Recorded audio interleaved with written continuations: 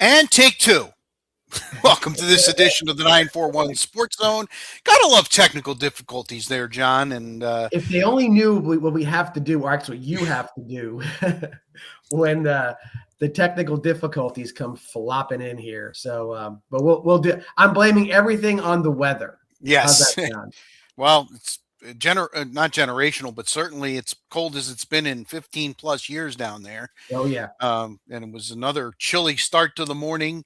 I think you have one more chilly morning to go. And then I heard 70 tomorrow, 69, 70, something like It's going that. to get So, back to about 70, and then the end of the week, the highs are back in the high 50s to low oh, 60s, which is oh, as far as we are concerned, that's too cold to begin yeah. with. So we can't have that at all. So Exactly. we're going back to normal cold for us. Okay. But like I said, I'd like to be where it can be very difficult to get good weather in the desert. But my Scottsdale is not happening this year for me. So I wore my 16 hat for hole number 16 out at Waste Management Phoenix Open, and I got my hoodie from last year. So not making it back. I've had a good run. I've gone every year since COVID, and probably 4 years before COVID and whatnot over the years. So great event. Anybody who has an opportunity. What's that? You'll be back next year. Oh yeah, I'll be back next year. I always look at things like this, Rich. If you got to clear a hurdle or two to kind of get to do a trip like this, you do it. Right. When you got to clear 10 hurdles, mind you, not high hurdles, because at my age and with my sciatica, I can't go belly over the curb. But when there's about 10 little hurdles to get over, and it's not just anything of your making, it's other things and whatnot. You just say it's better not to do this because it's probably going to be a miserable time if you do. So we decided to cash it in this year and get to watch it on TV and then really want to go back. I'll probably go back for 2 weeks next year. Yeah, there you go. All right, 941 Sports Zone is brought to you as always by Mighty Dog Roofing of Southwest Florida, locally owned and nationally backed, delivering exceptional roofing for homes and businesses throughout the Gulf Coast. Give them a shout. 941-251-4257 is their number. 941-251-4257. We got a lot to cover, so let's get right to it. The NHL Outdoor Series made its way to Tampa last night. 45th outdoor game in the NHL history. And a lot of people saying today, and I know recency bias usually jumps in a little bit, but John, a lot of people saying this might have been the best one ever, because not only was the venue great, not only was the lead up great, not only was the tie-in to Gasparilla great, but the game turned out to be great as well. It was fantastic. Visually, the whole concept of it was fantastic. Like I said, tying it into Gasparilla, Bucks coming out in the creamsicle uniforms, being led out into the stadium by Baker Mayfield and Tristan Wirfs wearing their Lightning gear, 61,000 plus fans in the stadium. And then you get the most optimum weather you could ever ask for an outdoor hockey game in Florida, mind you. That's the big, how are they going to make it work? And it was freezing. It was below 32 degrees last night, probably when the game ended. And you had a situation where you had it was too cold, but karma was playing out for some good things and good vibes that the Lightning and the ownership have had over the years. Yeah, it was so cold that they actually had to heat the ice to keep it safe. Apparently, if it gets below a certain temperature, it could crack, which would lead to divots, which would lead to a very dangerous playing situation. And everybody that played and really visually on TV, a lot of times when you see the outdoor game, it doesn't look aesthetically well. It looks like it's a little slower than a normal game. It looked fantastic last night. It looked like the ice was good. You had very little issues. Certainly you didn't have any issues with it failing on you, getting too warm. Right. And that's all you can ask for. And then the play on the ice was scintillating. 11 seconds in, Brandon Hagel scores and the Lightning get the lead. And then for the next 30 minutes, they're on their heels. The Bruins played extremely well. They were clearly the better team on 5-on-5 all night long. They got a couple of power plays as well early in the game, and they run out to a 5-1 lead. And a lot of people were like, "Oh, everything was great. The presentation was great. The weekend was great. So the game didn't live up to it."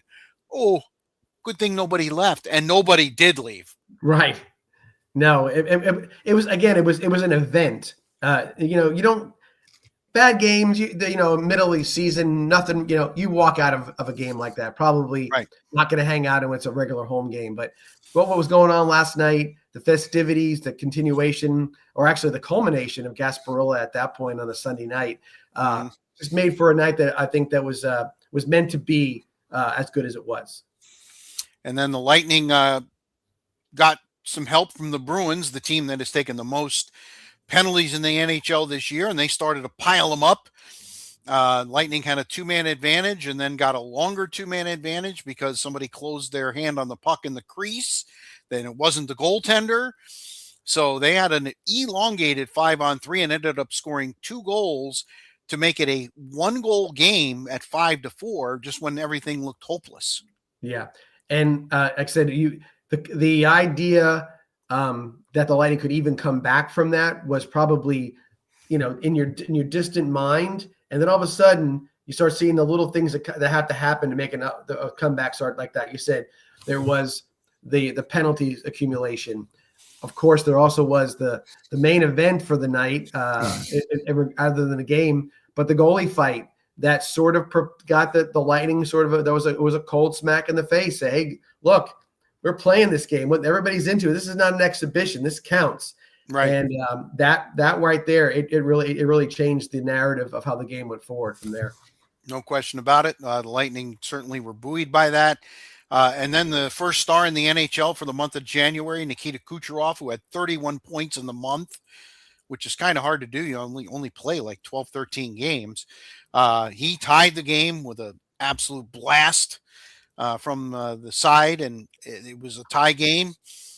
One-timers to me are they're unbelievable. It's like, and that they're just not blasting it aimlessly.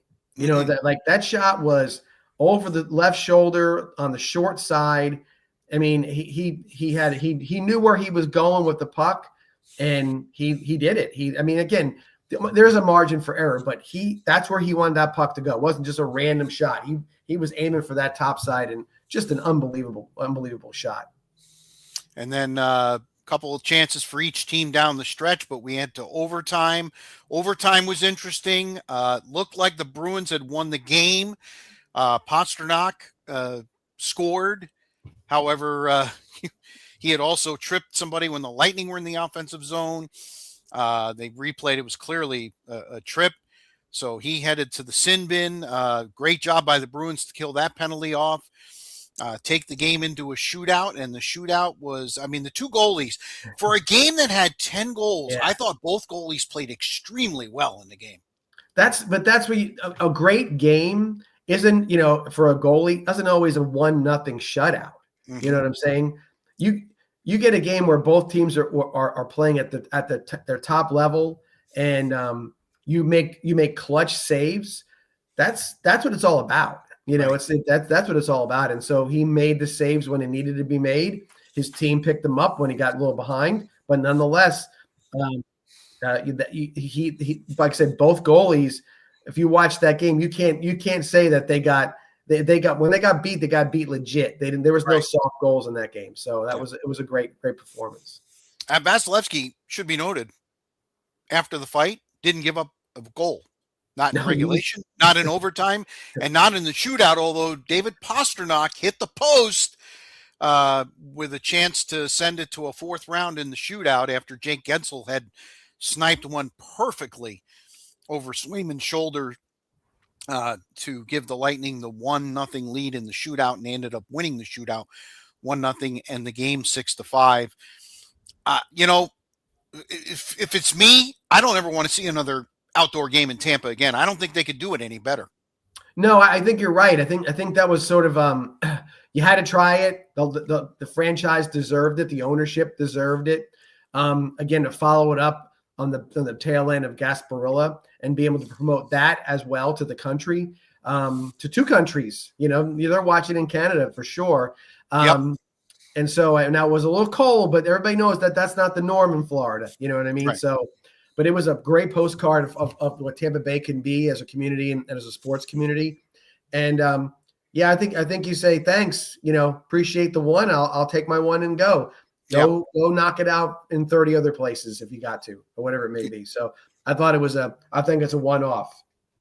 Yeah, Jeffrey Vinnick couldn't make it. Snowmobile accident. He's still in Norway, but I'm sure he watched on TV. But they really made everybody who was a part of this. Rob Higgins, who now works for USF, he's the CEO of sports for USF. He was the guy that was instrumental in helping make this happen. He's brought Super Bowls. We talk about this all the time. There have been 4 Frozen Fours in Tampa in the last decade or so. He's the reason. He drives the bus. Why would we come to Tampa in April and then people come to the tournament and they're like, oh man, why is it anywhere else? Seriously. Yeah, no, I know that they're still trying to work out the Rays stadium situation, but there's a home run waiting to happen if they can ever get a stadium down by where everything's down by the Lightning arena. It's unbelievable down there, and it has a great setup. And I think it would be a no-brainer. I think it would be a no-brainer. The views, everything you could have won from a broadcasting perspective, from bringing fans in, it would be phenomenal. It really would be. All right, the Lightning now 17-1-1 in their last 19 games. That's kind of hard to do, and that includes that 8-5 loss in Columbus, which was a complete anomaly a week ago Saturday. But they continue to pile up the points. They're now 4 points ahead of Detroit. And John, they still have 3 games in hand. Win those, and you're 10 points ahead. Right? No, they're on a path right now that I mean, again, I don't want to sound nervous or worry too much, but I really want them to go into the playoffs with momentum. But I don't want to see them carrying, a 30-1-1 thing going, and that never works out for anybody. You know what I mean? If you start worrying about the records and everything else, we're waiting for something to happen.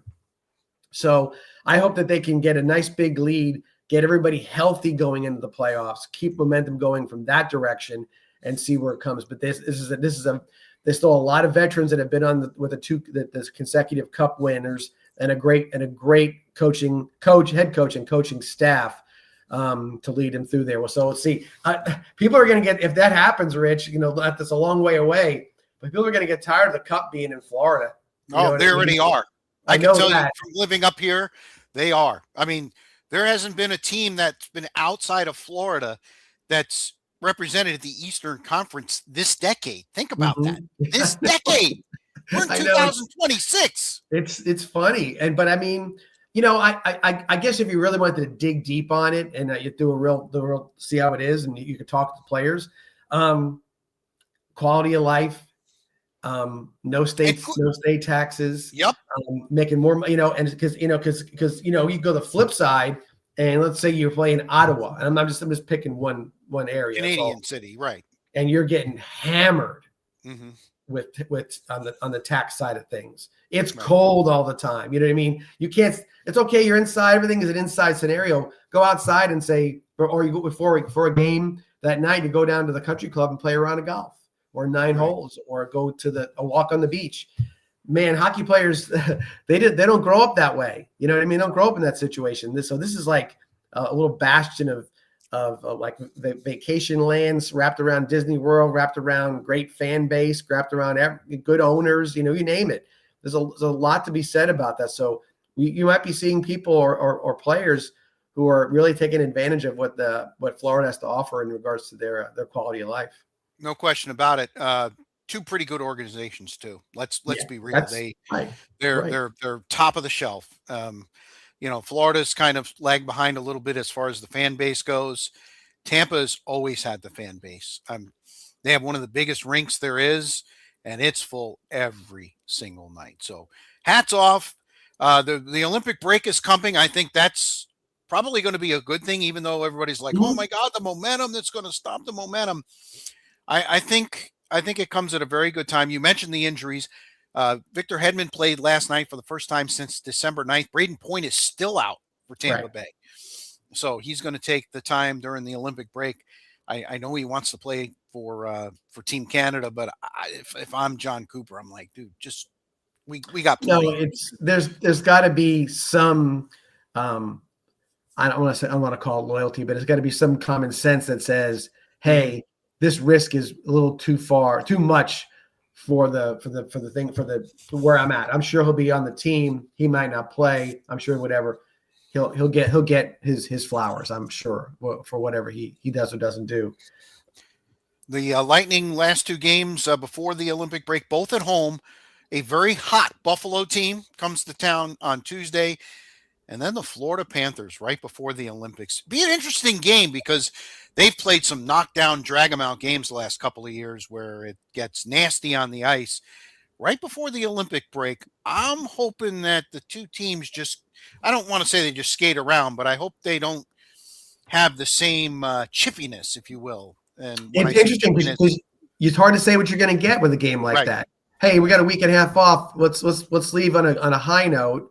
Mm-hmm. Or because you don't want to lose 8-0, or something like that. But no, who's to say? And do you rest your goalie? Who knows? It could be a lot of things like that. But no, I would probably probably the last team I want to pick before I left out for the Olympics. But that's schedule maker makes what the schedule maker makes. So you got to just go ahead and do that, right? Whatever what comes of it. I'm sure it'll be a good game.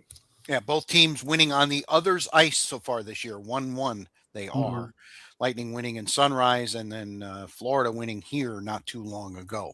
I guess right before the streak. I guess the Lightning 17-1-1 streak. All right, 941 Sports Zone presented by Mighty Dog Roofing of Southwest Florida. 941-251-4257 is the number. Give them a shout. Get that roof taken care of. Might be a little drafty right now with this cold weather. Get it fixed. 941-251-4257. They do work up and down the Gulf Coast.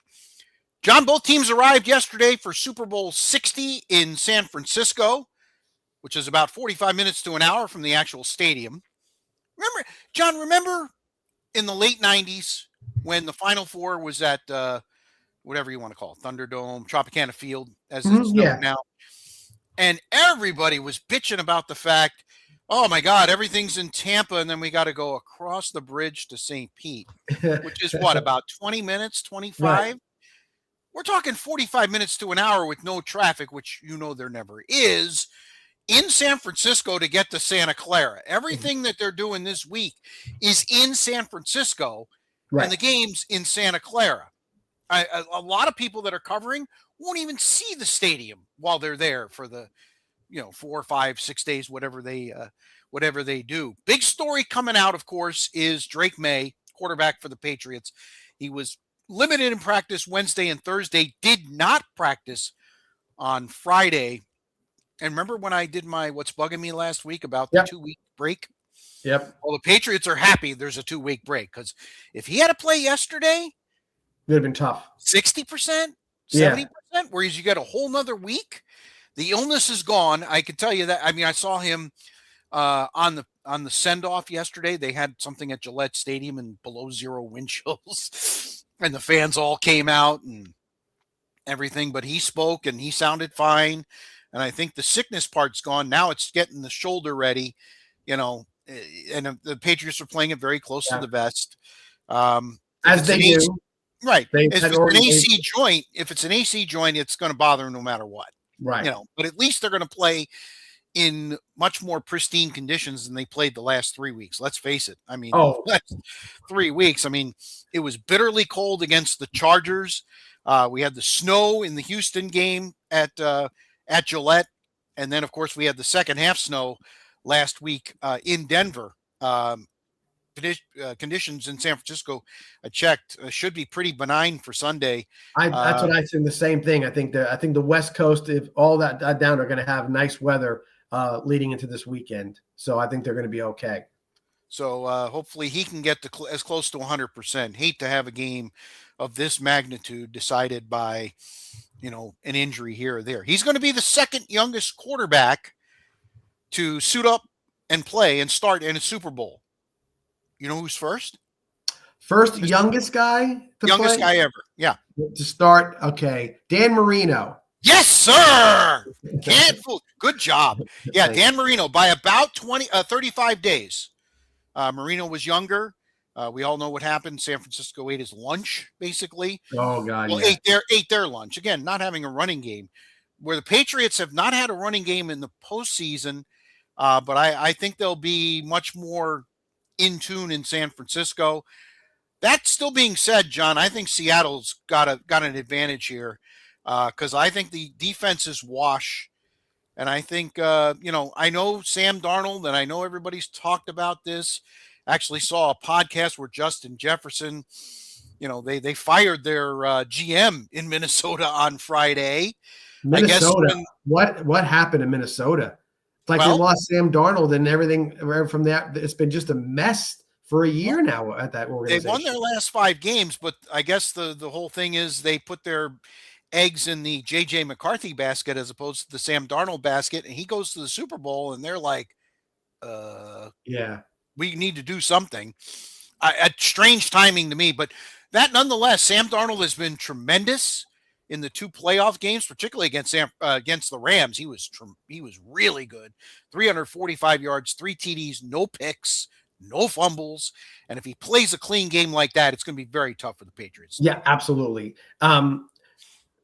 So I think the matchup in this game is going to maybe a little peculiar. I think it's Sam Darnold versus Mike Vrabel, because I think that if you looked at how things are going, I mean, Drake May's had a great year. He's a MVP contender. Obviously, Sam Darnold, similarly to him.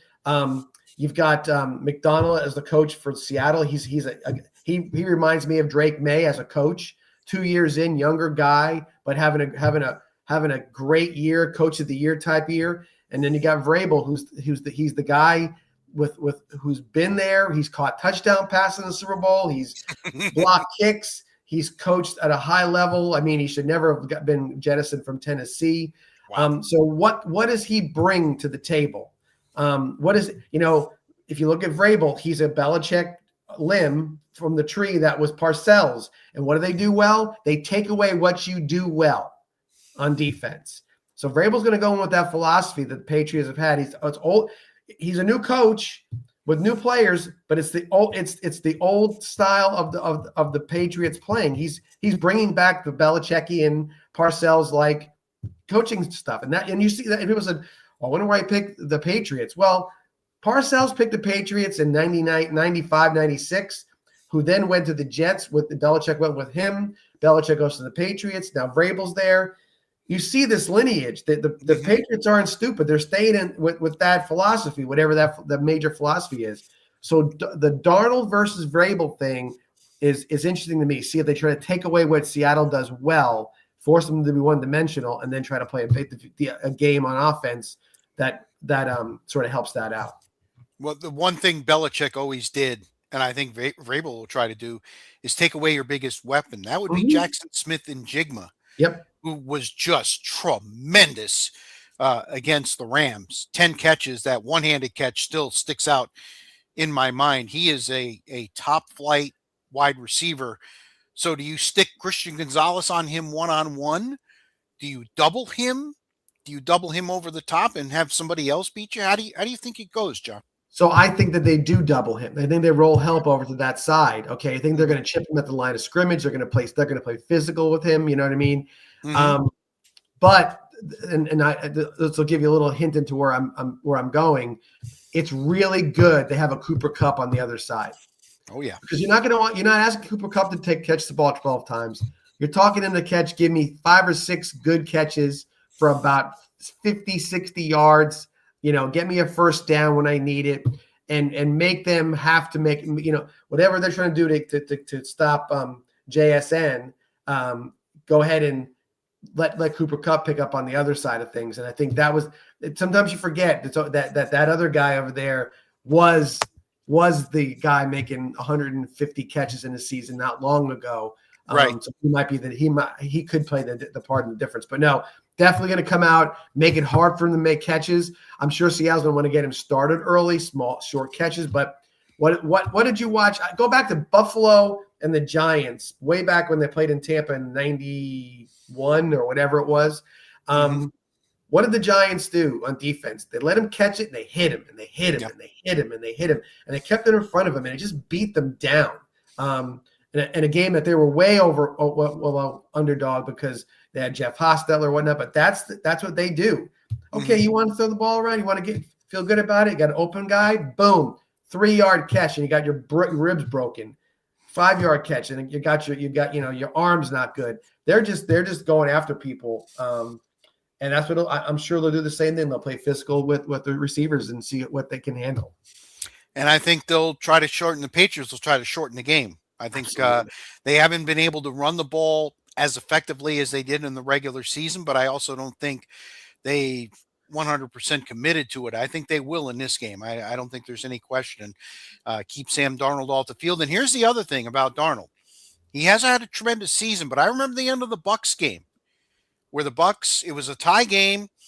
They had the ball, about a minute to go, and the Bucs brought the house and forced him into a pick. You have to be, you can't do it all the time, but you have to be selective in bringing the pressure, making him make decisions quicker than he wants to. I think that's very important. No, you're 100% right.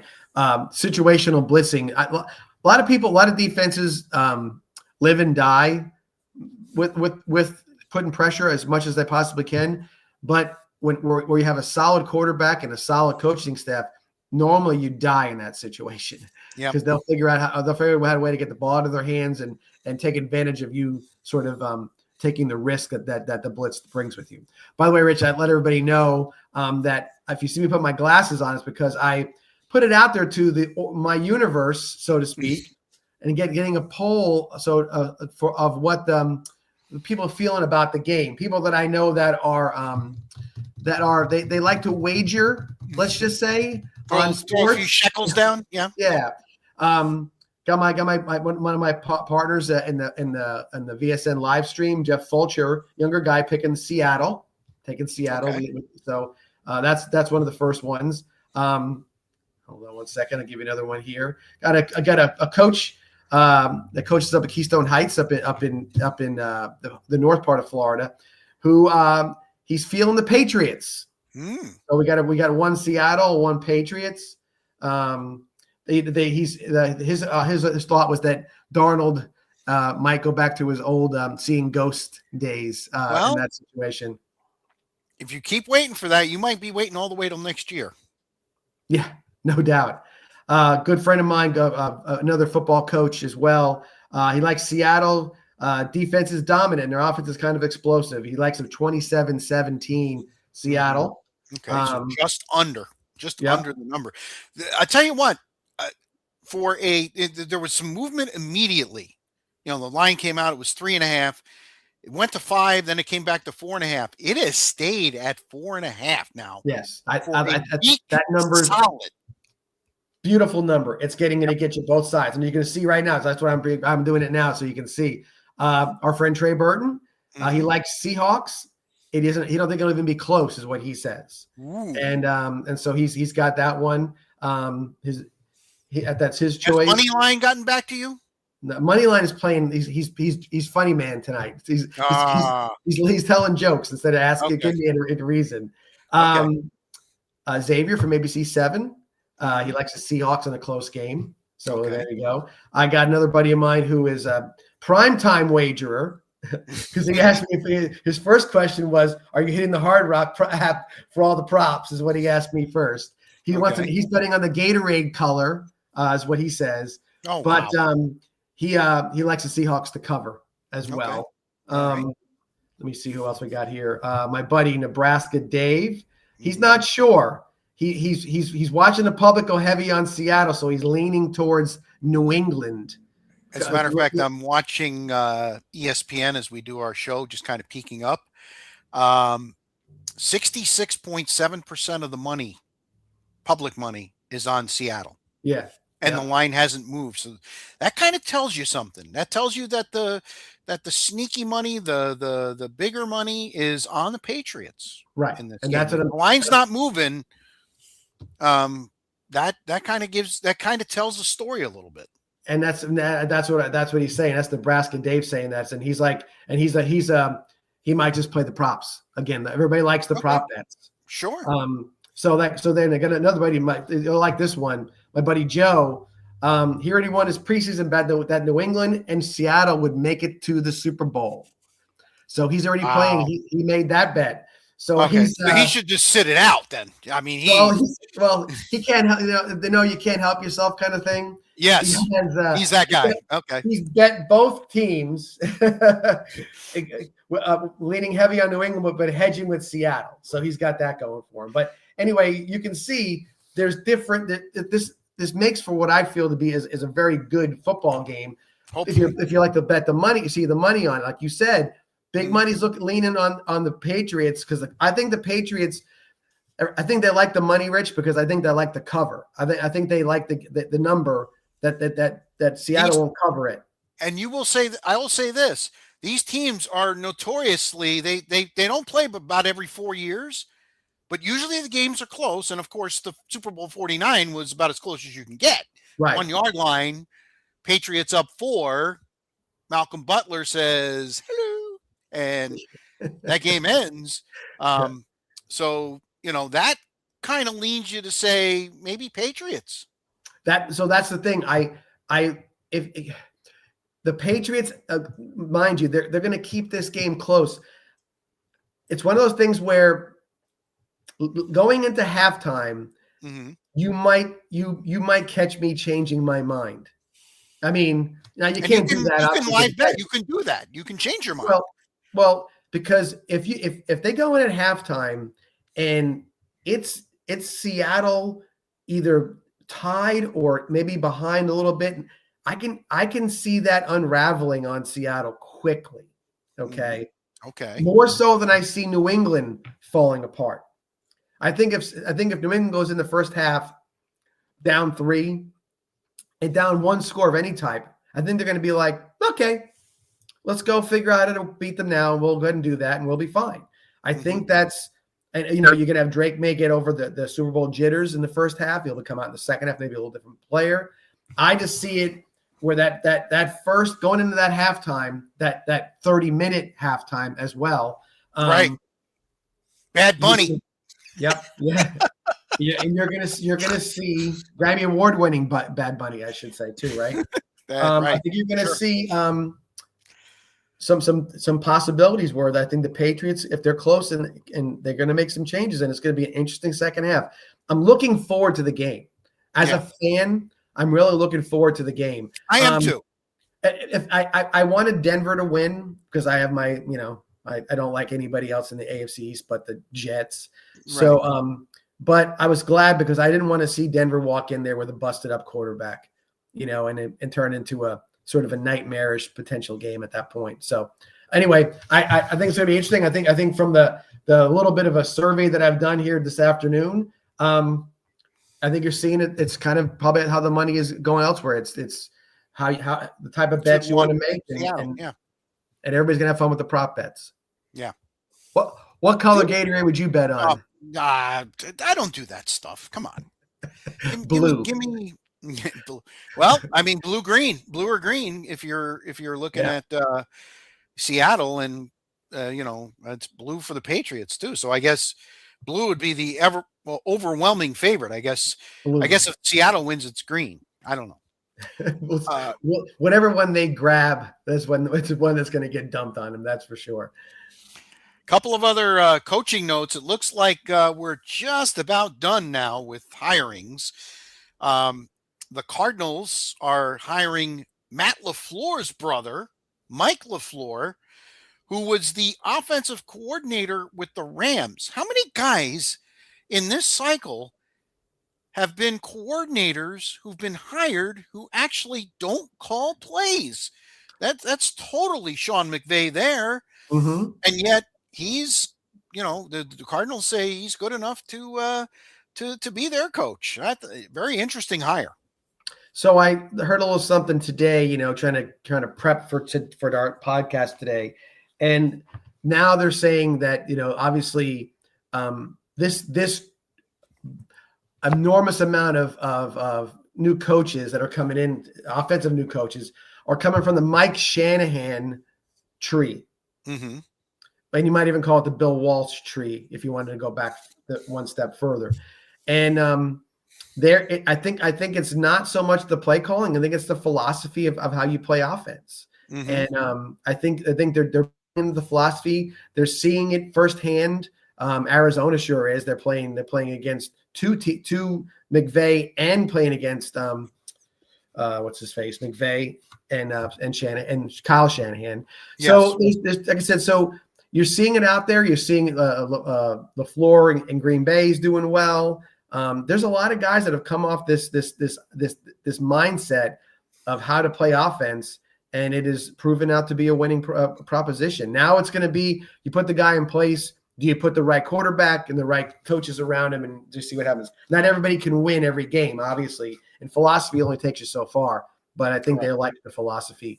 At least it seems that way for the past couple of years. And it sure sounds like the Raiders are going to wait till after the Super Bowl and jump on Clint Kubiak, the offensive coordinator with the Seattle Seahawks, to be their coach. Interesting choice there. Again, another if Shanahan disciple. Right, exactly. Couple of hires since we were last with you. Bills went with Joe Brady, the offensive coordinator. I thought that was a very interesting choice. So I thought we might have mentioned Joe Brady before. We did as a candidate. Right. I will say this, I have my I'm not a Josh Allen guy, right? Right. And now that you saw what happened when the ownership kind of had a very, I thought, silly press conference in regards to decision making and the firing of the coach, it almost seemed like it was like half baked. And now I think it was half baked. I think that this was, I'm not saying preordained, but I think that the first person they ran to after McDermott, maybe the first person they talked to before they fired McDermott, was Josh Allen. And Josh Allen probably sat back and said, I want Joe Brady. He's a play caller. He's been my play caller. We're doing great. Sean is in the way. He's not. We just get him out of here. And watching how it all evolved and to see Joe Brady get the job again, I think he's probably qualified for the job at this point. But I would say qualified for what reason? Because Josh Allen likes him. What head coaching job has he had up to this point? I thought he might go back to LSU at some point in time. There's the Lane train pulled in there. Yeah, absolutely. But it just sits wrong with me a little bit. I just don't, again, I'm like, where does this? It just seems a little bit too convoluted. And how it happened and when it happened and who gets hired after the fact, who benefits the most, and who be the guy who would want to have that scenario play out for him? The quarterback. Well, I mean, he also was, good friends with the former OC and the former Giants coach, but apparently, they've decided to stay in house in Buffalo, and then Cleveland. You want to talk about making a left turn? Everybody thought it was going to be Jim Schwartz, the defensive coordinator. Turns out Todd Monken gets the job, and Jim Schwartz says, screw this, I'm out of here. Oh, Schwartz is a hothead as it is anyway. I mean, he's always been a hothead, and he's had a very sort of tumultuous ride through the NFL. I mean, he's been a D coordinator probably 7 or 8 places at this point. He was an interim coach where he had some success. He was a head coach as well. I just don't know if he's. I mean, I would see where I might want to pass on him, but he's also a guy that he's got this Buddy Ryan sort of way about him that all the guys that play for him on defense absolutely love him. Mm-hmm. I'm hearing the same. I'm hearing that everybody on the defense in Cleveland. Well, Myles Garrett loves him. Absolutely, you know what I'm saying. But Todd Monken. Interesting how his path to Cleveland happened. Yes. In the pros, goes back to college, has success just about everywhere he goes. His brother probably gets more publicity than he does because his brother's the head coach at Army, and Yes. he's done a Jeff fantastic Monken. job at the academy. Yep. But Todd Monken, I mean, if Cleveland thinks they got the defense, they didn't get a coordinator in there, Monken might be the guy to turn around. But I also thought that about Stefanski, who was supposed to be an offensive savant, and it didn't quite work out for him because what they're giving him to work with. I was going to say, wait a minute now. Yeah. Although Shedeur is a Pro Bowler, so yes. There's that. Right. But anyway, and it's funny you say that because somebody said that Monken did make some comment about, hey, when he was with the Ravens, they were thinking about getting Shedeur. That was he wanted to get him in as a project or a backup or whatever you want to call it. So we'll see. We'll see. No matter what happens, it's a tough road for Cleveland. Yeah, the division they're in. Division, yep. Absolutely, it's tough. Ravens are going to be better. Steelers, Bengals, if they ever find a defense for Joe Burrow. And now I'm hearing rumors now also that there's rumors that Cincinnati might listen to somebody about an offer for Joe Burrow. So I mean, you hear things like I got people that I speak to from I'm from the when I was up there, this sports radio guy said this, that sport. So you're hearing little things because I think so. There's some folks that look at Cincinnati and say, I think we may have wasted some of Joe Burrow's best years. And how do we keep this team together when everybody in the offense wants a cajillions of dollars? So what do you do at some point in time? You got to figure things out. There's the windows in the NFL are much shorter than they were before. Absolutely. The Patriots had a bunch of short windows, like 12, but nonetheless, I think you've got to think about turnover. I mean, that's why, Belichick, and I know we'll talk about him as well. It's a little bit as well, but Belichick's my opinion, first ballot Hall of Famer. Should never have been a question as to that being the case. But what Belichick did well was he knew when your usefulness was coming up. You were still useful, but not forever. And he would take guys and say, bye. Another guy, bye. Take it. He was always sort of moving people out. And when it came time to move Tom out, Tom ran to Daddy and told Daddy on and said, he's trying to get rid of me, and we're not doing that, right? And they said, no, we're not. And so with that, but that's how Belichick kept it going. Right. So I think there's something to be said about that in the NFL. If you can keep right now, the team that does it the best is Kansas City. Yes, they do it well. Andy Reid's, getting long on the tooth. So absolutely, and their window may be closing. 100%. But they have managed to keep things together, some key pieces, and bringing guys in and out. So I think that's a very important thing. So maybe Cincinnati's thinking that way. Who knows? Be interesting if that happened and start putting Bill Burrow out there. Wow, there would be some hell of an offers going that way. I can imagine it. Can you see him in green? I could, but and I think the idea would be that what I like about him is what I didn't like him. I like him in the pros more than I didn't like him in the college. I thought in college he was a little bit too slick, if you want to call it that. It was like right. There was an element of like, what's he really, what's going on with him? But if you're going to be successful in New York City, you've got to be able to handle a lot of things coming at you, press, whatnot. He looks like the guy who could sort of manage it to me. He would be like, okay, know when the press conference is over, don't take the bait, whatever it may be. So we'll see. Mighty Dog piping in big time here. Yes, maybe he's a Joe Burrow fan. I don't know. Yeah, he might be. We'll have to wait and see. All right, one more football note. Actually, college football note came down about an hour and a half, 2 hours ago. The Gus Bus pulled out of Tallahassee. Gus Malzahn is retired. Yes, he's done. The Gus Bus is on the way out. Yep. Yes. 35-year career. I would think, listening to a lot of Florida State stuff over the off season, might not have been his choice. Yeah. They're trying to save a little money. trying to get monies together, maybe to get rid of Mike Norvell after next year. Who knows? But nonetheless, the Florida State Seminoles are now looking for an OC. So everything that's wrong with Florida State right now, Rich, is money related. Mm-hmm. It started with Jimbo. Mm-hmm. It kept going with Willie Taggart. The money that's been good, that's been just gone out.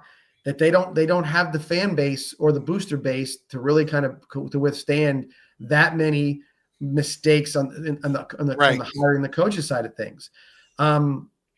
Norvell, I think he's a good person. I think he's a good human being.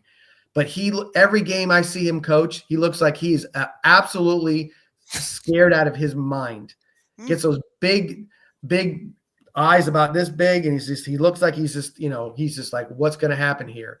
I think he's recruited horribly. Probably the worst recruiter I've ever seen at Florida State. I mean, there's the year that he went 12-0. God, fool's gold. What that was all Porter related. Which again, however you got to do it, I understand that. But it was fool's gold. There was nobody left when they all left, and it's been a struggle ever since then. I thought, and it's funny you say about how Malzahn's being asked to leave. I thought he was brought in because they forced him on Norvell to say, hey, this is your guy. We're getting him from UCF, and let him do what he needs to do. And I think whatever they paid him, they're like not seeing any return on their investment. I thought last year, I think he was making $3 million, if I'm not mistaken. Sure. Why would he? I would see that. But I think everybody thought, because Thomas Castellanos was recruited by Gus Malzahn, that was going to be some match made in heaven. Look, when you're barely cutting it at Boston College and you have an attitude about it and you leave like with your middle finger up and you go someplace else. Granted, he had one great game where he played. The Alabama was not prepared at all in that game. But other than that, it was every bit as bad as any other quarterback that played the last couple of years, and they've had quite a few. So interesting to see what happens. I'm sure they're going to stick somebody in that position, but to me right now, it might, if you looked at all the schools, Miami, USF were at the cream of the crop in this state of Florida, followed by UCF. And then Florida State and Florida kind of in the same boat together, although Florida had beat him twice. Now I think it's Florida State on a sinking ship and others moving up. And I don't see it getting any better for Florida State in the very near future.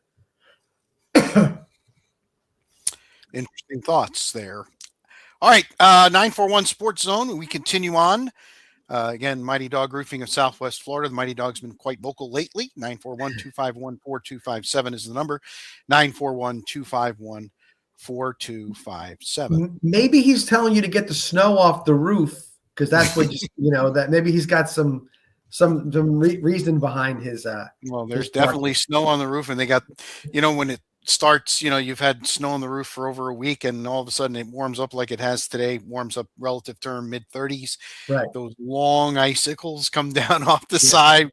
Got plenty of those here. Yep. In beautiful Saugus, Massachusetts. Hey, let's move over to golf. We'll talk a lot of golf on this podcast because you and I both enjoy the sport, and absolutely. There's been a lot of volatility in the last couple of months when it comes to the PGA Tour and LIV. We had the Brooks Koepka. He was given the olive branch. He took it.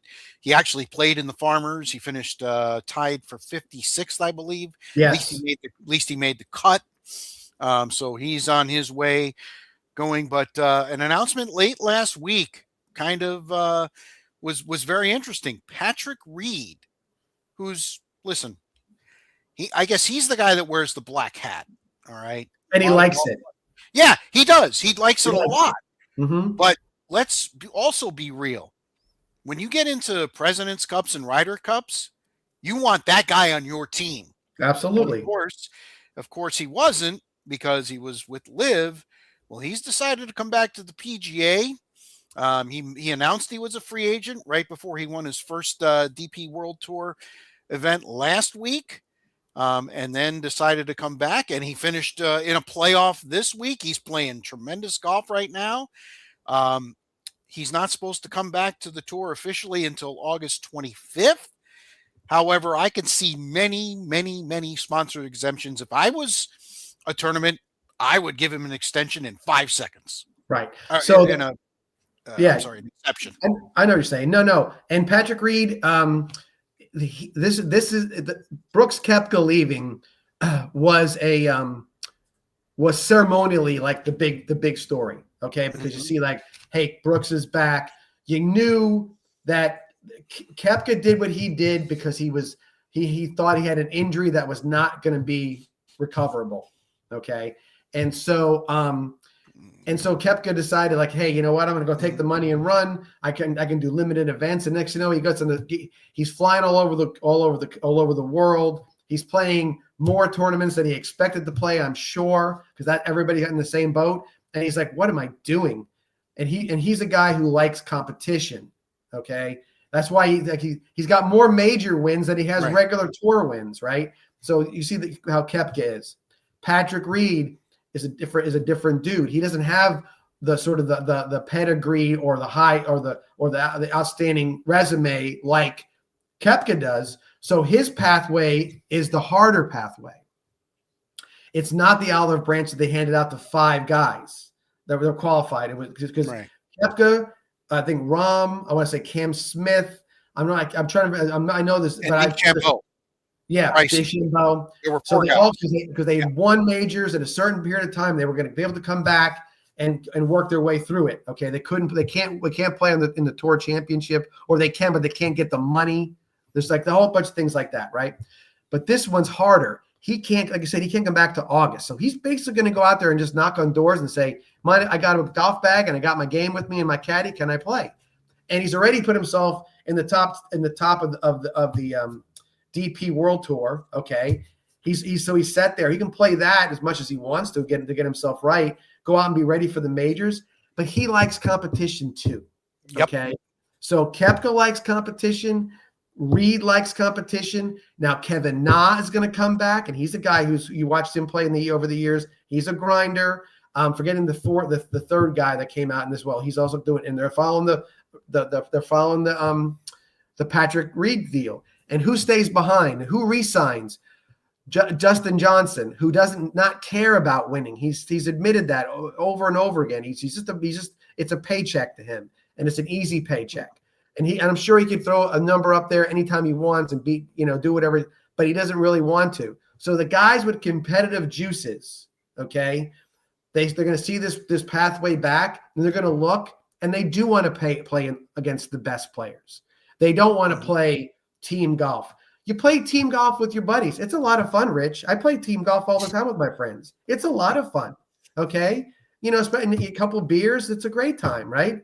Not when you're that guy, you're the top 50 guy in the world, and now you're ranked 500 and whatever, and nobody watches you. I don't care if David Feherty is announcing the thing. I don't care if it's got fancy graphics. I don't care what it is. They're playing Ozzy Osbourne on the 15th hole.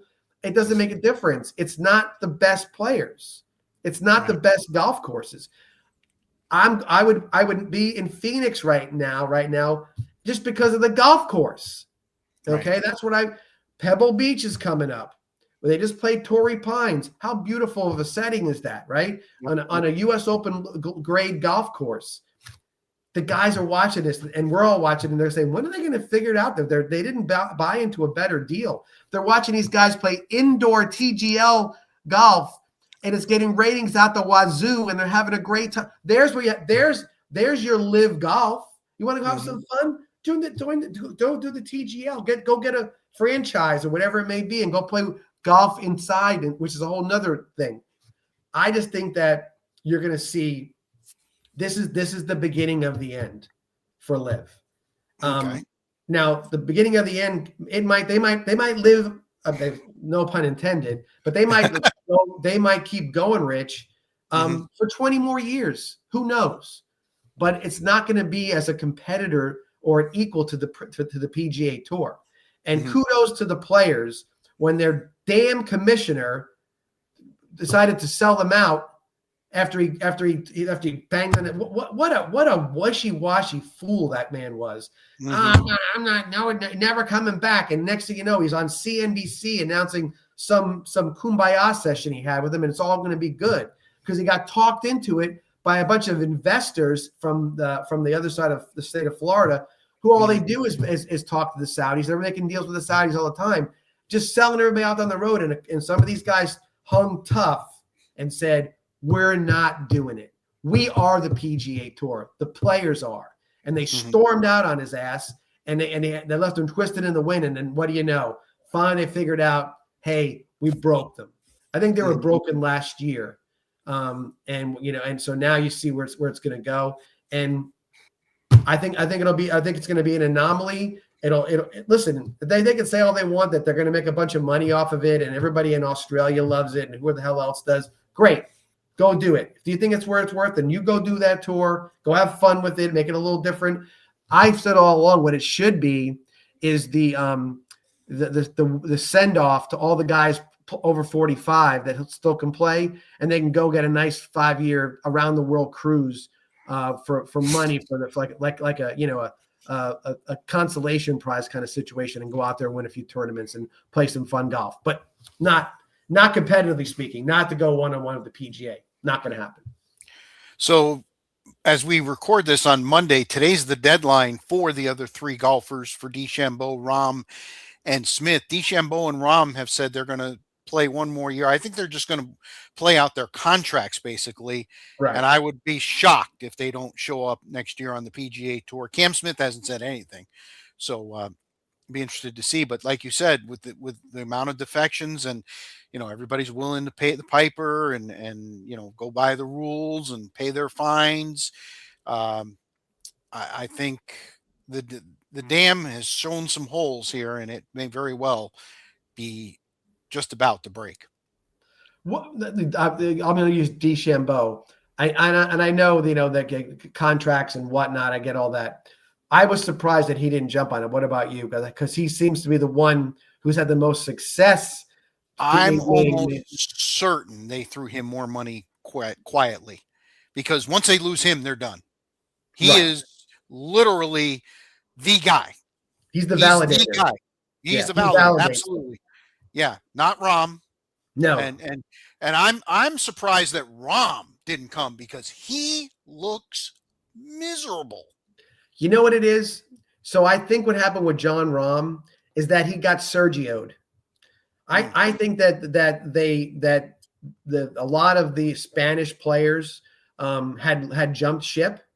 Again, and it was kind of a weird deal. I think Sergio has always been sort of like a little bit with the chip on his shoulder. He should have won more majors. He came out in the Tiger era, and Tiger just ran him over and left him in a smoke screen behind him.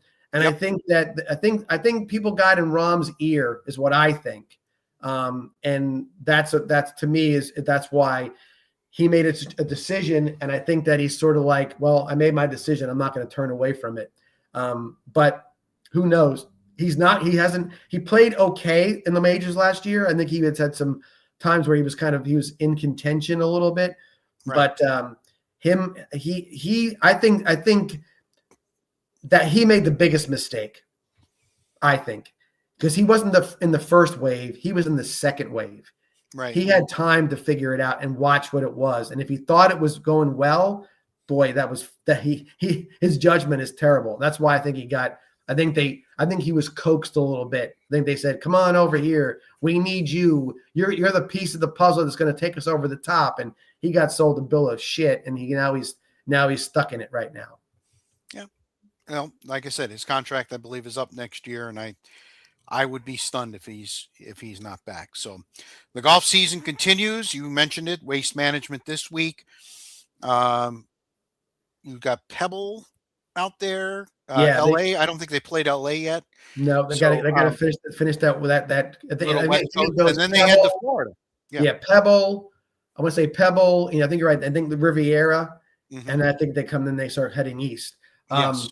By the way, before we forget, also, how about 45-year-old Justin Rose going wire to wire on a course that is built to kill you, and he was just throwing darts. Hats off to him. And he's been due, man. He had a couple of times last year where I thought he was going to win and didn't quite get it, but boy, he's done some unbelievable stuff the last couple of years, and hopefully he keeps riding it out right till he hits the senior tour. He looked at Tiger. He looked at Tiger when he was playing. Forget the rest of the field. I want to run down Tiger. I think Tiger, did he break Tiger's record? He did. He did. So that was his. Basically, at the end of the tournament, he was 6-7 shots ahead. He was playing a ghost basically, and he ended up winning. Good for him. No, and again, he's always been a good ball striker. Yep. But he occasionally. Yeah, and he got really wonky for about 5 or 6 years, where he was still on the tour, mind you, but he was living, on the edge, where he was a top 10 was a big victory for him at that point. Now he's a guy you got to look at moving forward, that he's going to be a major player, in the majors. Yeah. So let's see what happens. And he had a couple of decent majors last year as well. Runner up to Rory. Yep. So he might be the betting odds the way he keeps on playing. Of course, Scotty's going to come out this week and do what he does. So we'll see. But I think you see a lot of money ride on Justin Rose. All right. So the 941 Sports Zone rolls on. Brought to you by Mighty Dog Roofing of Southwest Florida. 941-251-4257 is the number. 941-251-4257. Australian Open. This is a tournament that I really like. For one thing, I get up in the middle of the night. It's on. Take care of my business, and it's on live. So Yeah. I thoroughly enjoyed it. This year, maybe more than ever, because a lot of the real good tennis players went very deep. Djokovic was fortunate. Let's be honest. You have a walkover in another match where you're down 2 sets, and the guy you're playing has to retire. Musetti of Italy certainly benefited from that. Alcaraz had a tough 5-set match, got through it, fought the cramps and everything. And then Alcaraz and Djokovic in the final. Djokovic came out like a house of fire. But it's really, for a kid, and John McEnroe brought this up several times during the broadcast, for a kid that's 22 years old, he is so cerebral. He knew exactly what he needed to do. He needed to wear him out. Right. And slowly but surely, he wore him out to the point where at the end of the match, they had a 26 shot point at the beginning of the final, what turned out to be the final game. It was 6-5.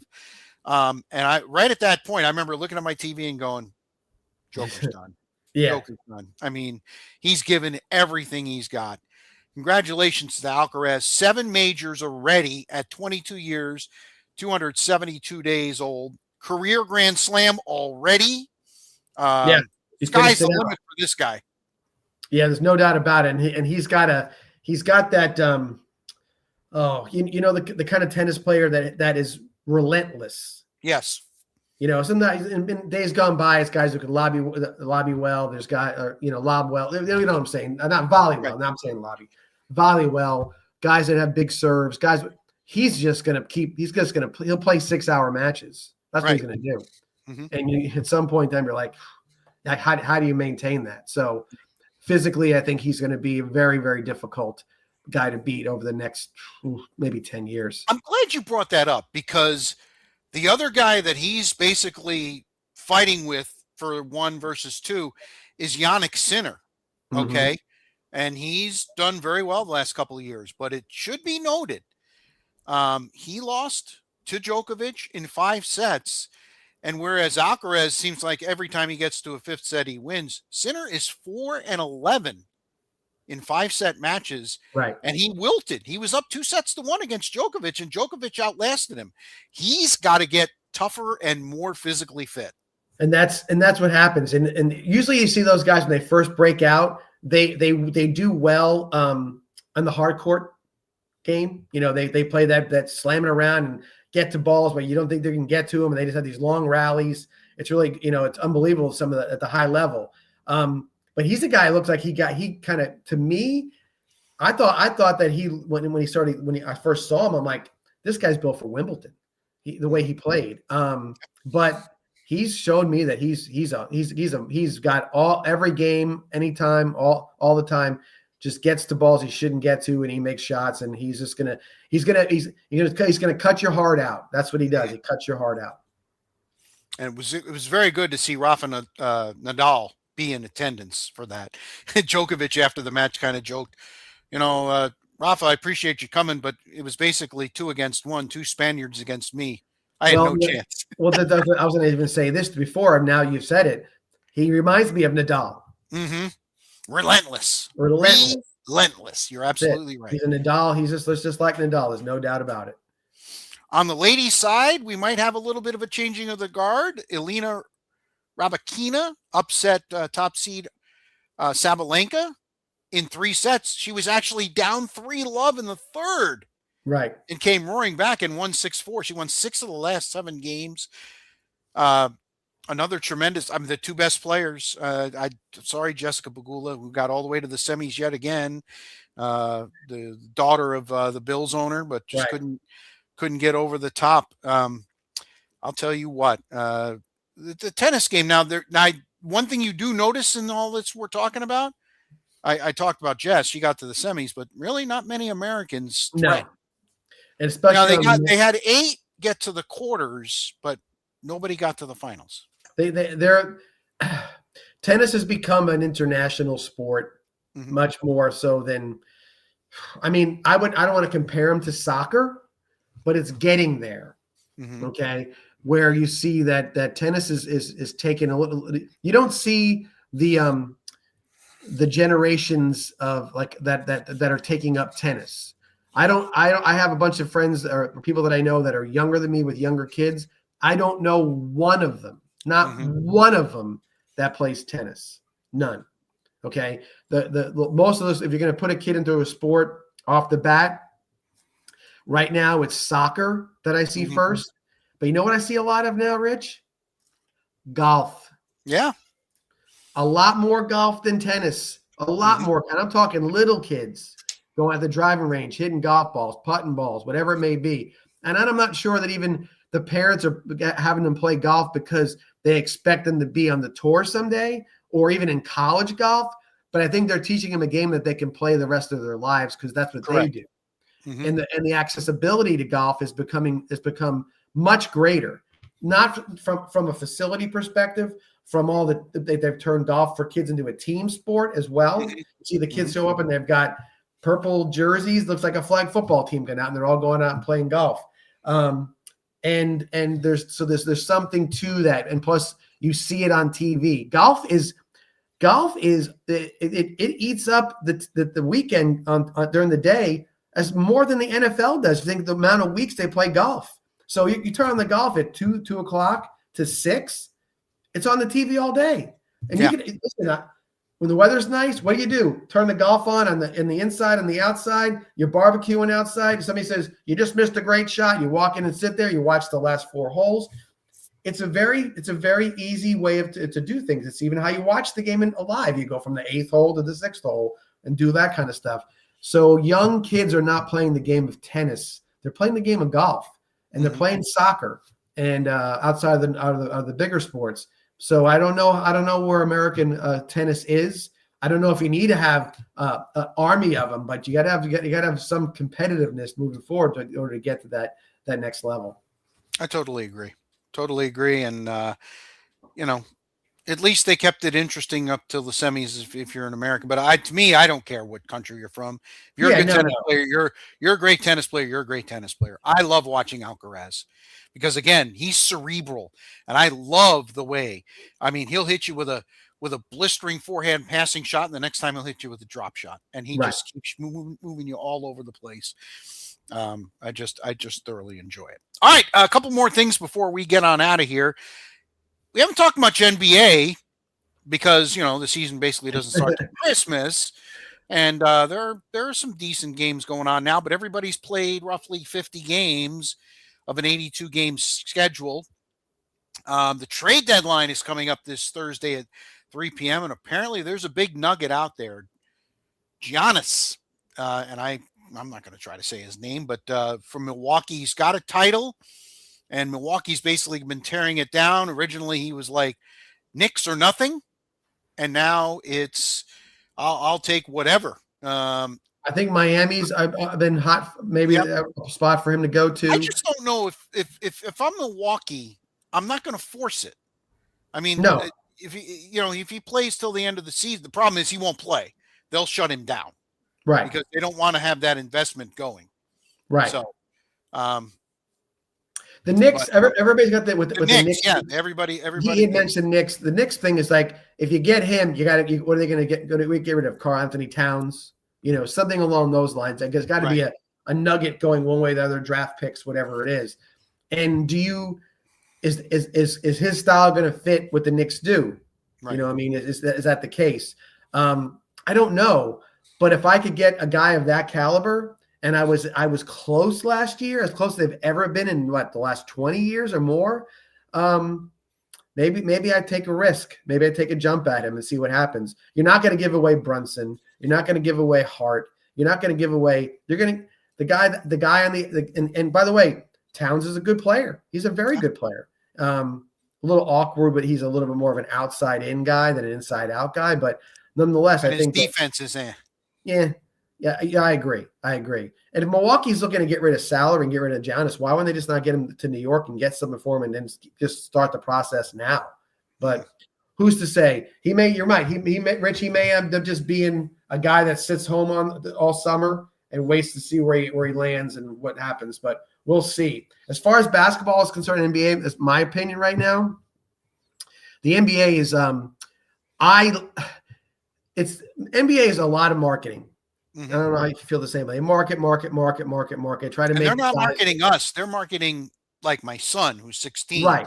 They're marketing 20 and 30-year-olds. No question about it. Right. It's a culture. It's got that a young vibe to it. I think it's a bad thing in some ways, but boy, the betting on the NBA with young people is out of control. It's nuts. And I get asked questions all the time. What do you think about tonight's game? I'm like, I don't even know. Don't even ask me that. I have no idea what that would be. But they make bets like so-and-so is going to have 9 rebounds and this and that. It's points, assists, and rebounds. It's called PAR, points, assists, and rebounds. If you can add it all up, and you can do a lot of player props that way, which is something the league is really trying to crack down on, because it seems to be that's where a lot of the, and I'm going to put it in air quotes, cheating happens. Well, they have to take a game off of the. They said off the betting line because there was abnormal bets made in regards to a certain prop bet that was out there. So so my point is with the NBA, a lot of marketing being done. I like the way NBC has packaged the NBA right now. I think it's a smart move.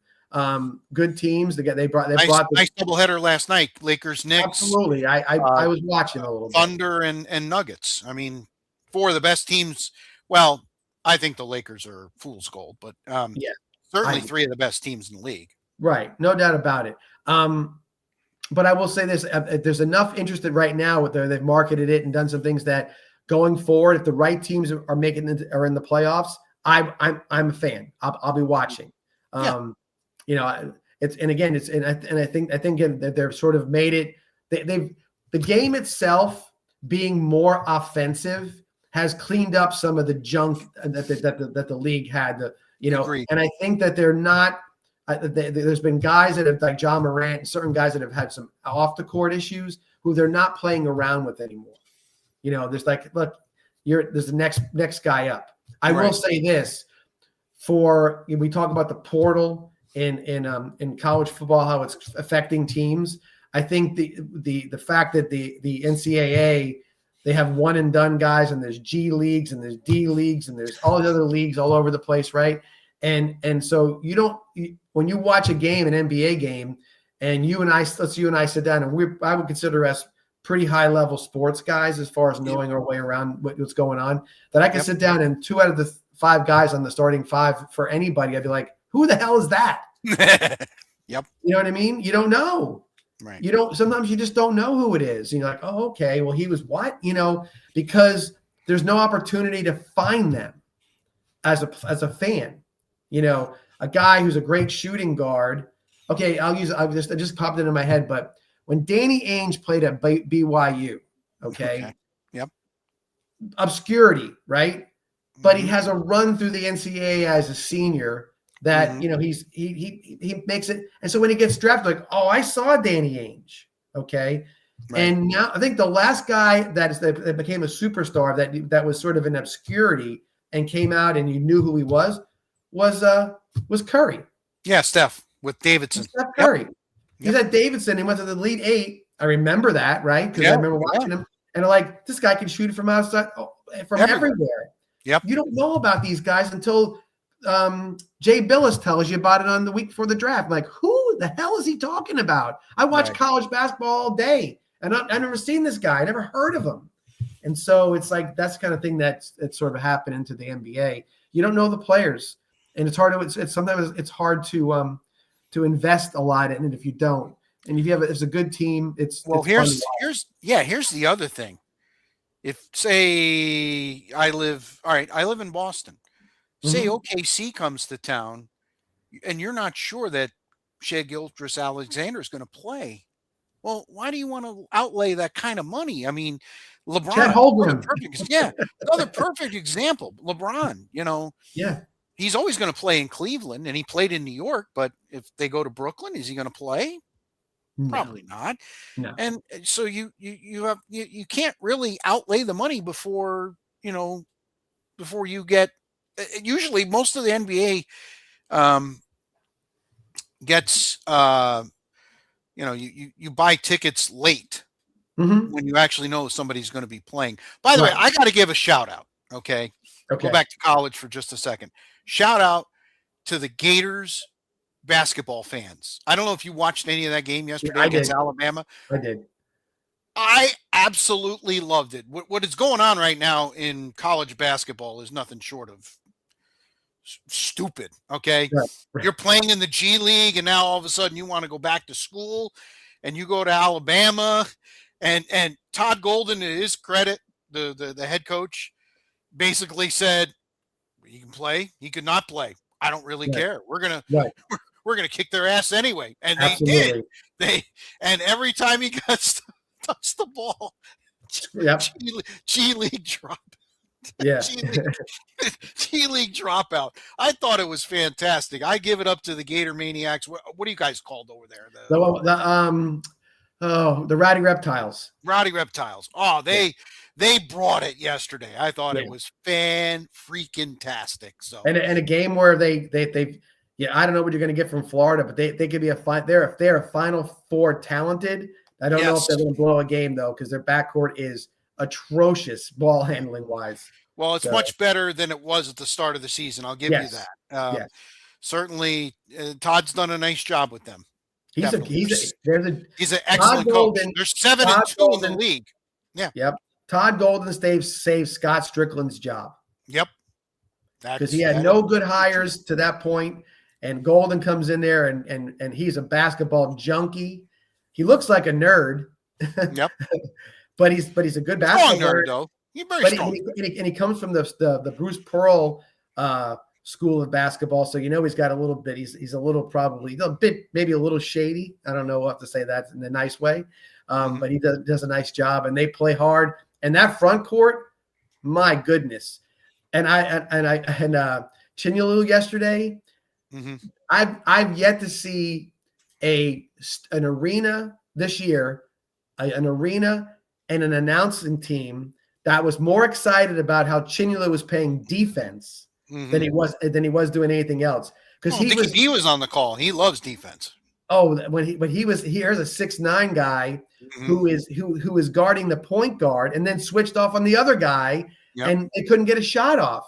And and it was funny what they say, because how everything goes back to football. The guy, they said either he's going to be a number one draft pick in the NBA or a number one draft pick in the NFL, because his feet as a 6'9" guy at left tackle, there's got to be right. They said they got to be drooling over him right now. Thinking they put 20 pounds on this guy. There's never going to get it. They're never going to get around it with that footwork. He was ridiculous. And he almost had a 20-20 the other night. So he's a dude. And then you got 7 foot, 6'11", 6'9", 7'2", 7'9". Yeah.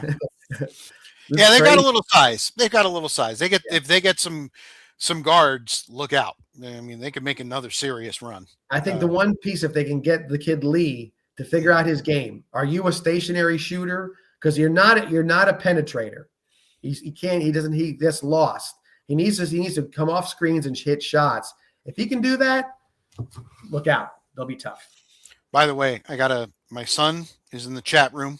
Okay. And just a couple of things. And again, he's 16. Okay. He's Right. taken up the NBA in the last couple of years, and he's very, very passionate about it. But he says, I hate the lack of defense and also how nobody cares to the last 40 games. Right. This is where they're marketing to. Okay? Right. And he says it's too offensive now, though defense isn't ever glorified. It kind of stinks that people can shoot shots like Luka, chuck up shots like Luka, but still be glorified as a fantastic player. He couldn't guard me. He didn't say that, but I said that. Right. The defense just doesn't get enough.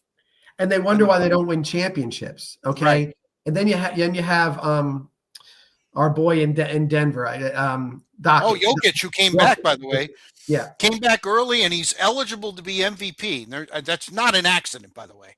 So they're saying, how is he a 3-time MVP or potentially whatever it may be? All the different things. Watch the guy play basketball. Yes. It is so much fun to watch. Okay.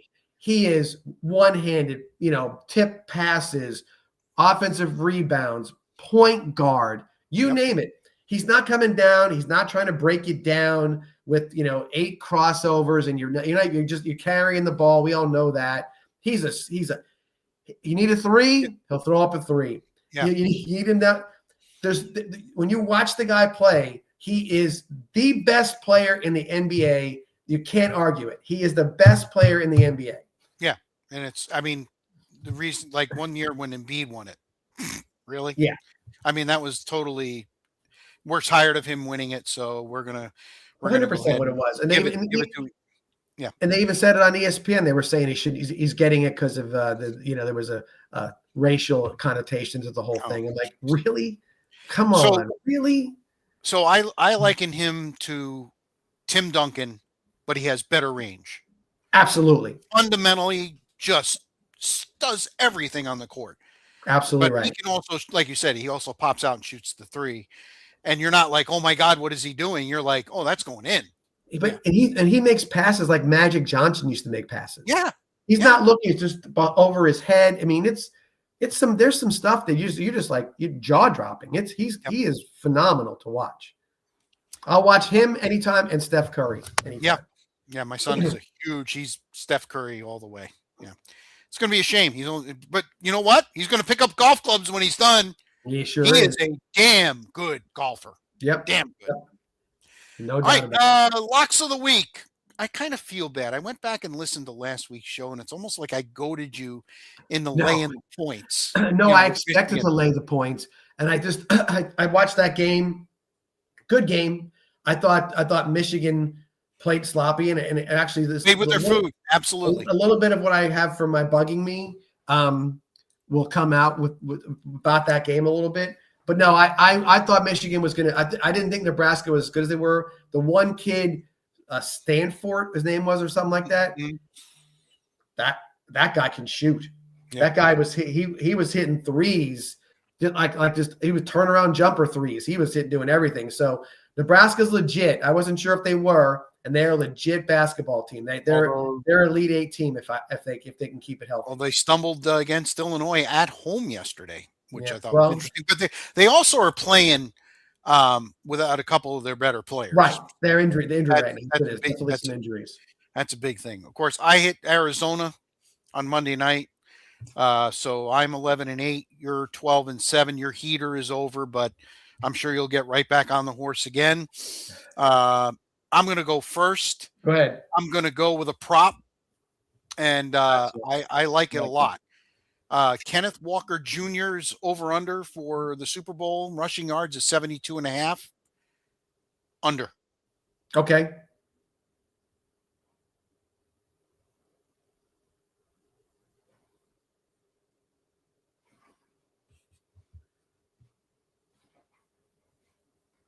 Rich, can you hear me? I can't hear you. You're muted.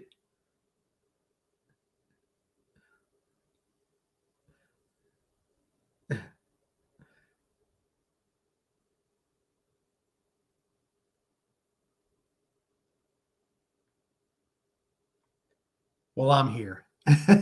I'm sure Rich will be back here in a few minutes, but while I'm here, I will do my locks of the week, or my lock of the week, which is going to be golf oriented.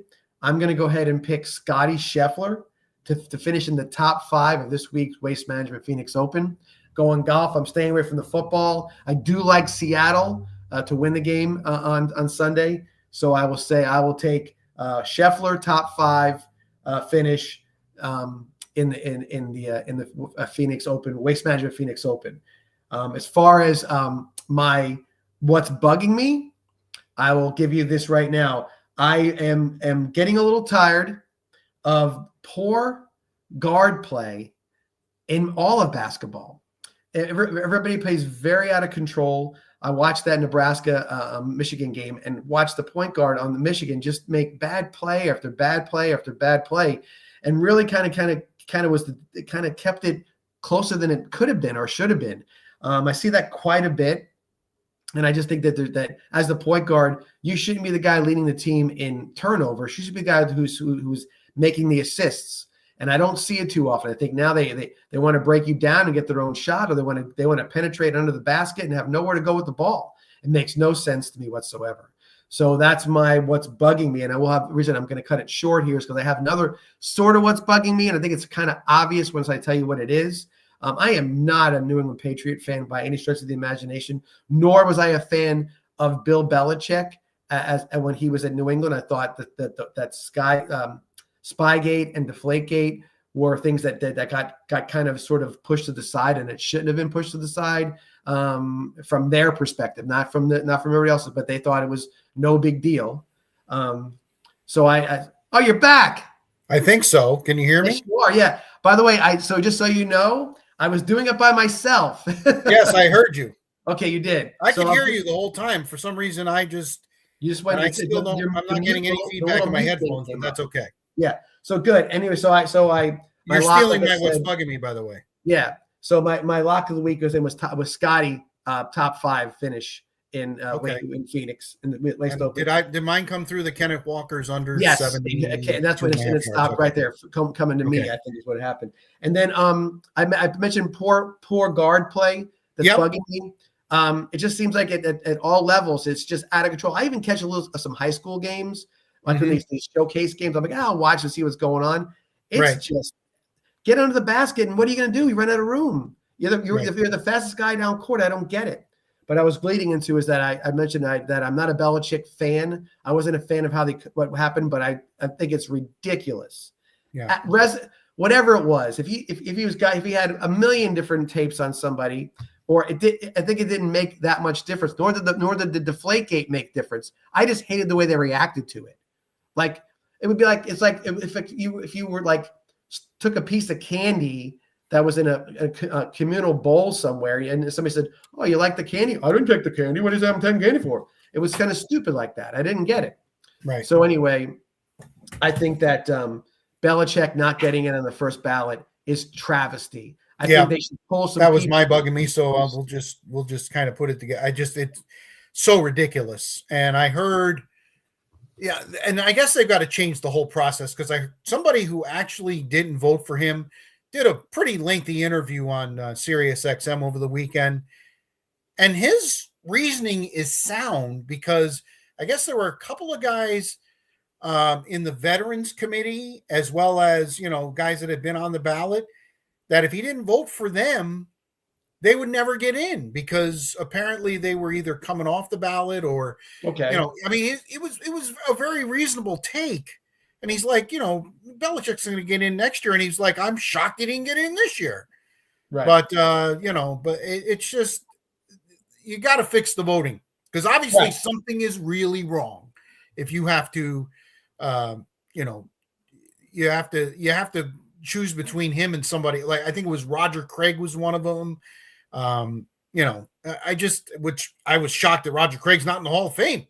No, there's guys that didn't know. You say to yourself, that's what I'm saying. Some of these voters over the years, they take things for granted. No, you need to vote on the right guys.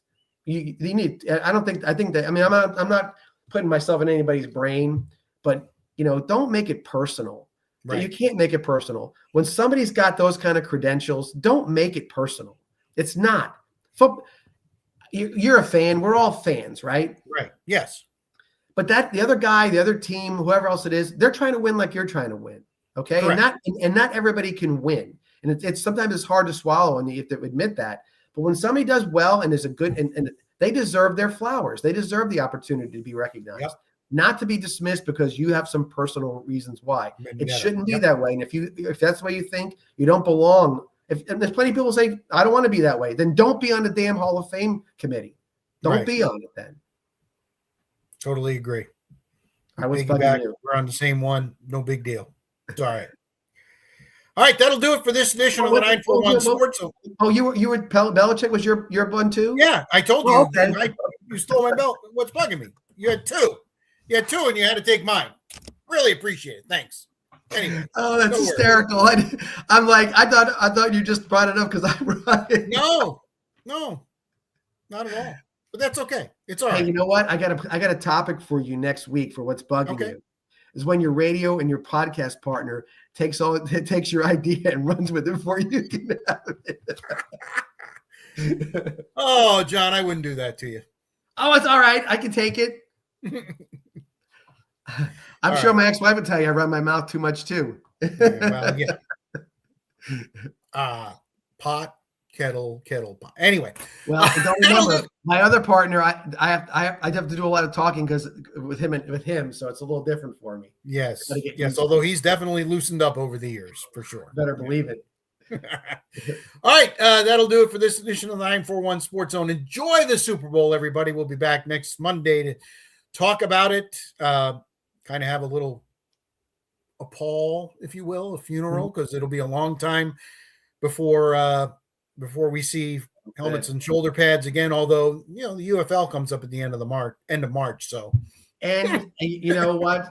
Some of us enjoy combine and free agency and everything in the draft as much as anything else. It's a 12-month sport now, and it's turned into that because aren't those like Jets and Browns fans?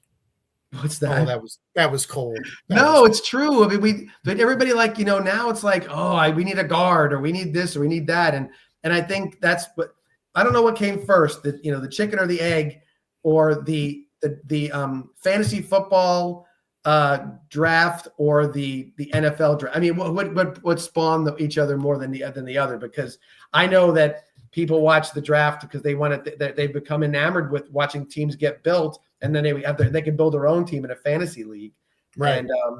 And then they start watching the regular draft, saying this is how they really do it. So it's kind of interesting to see which one affected the other one more. So, I agree.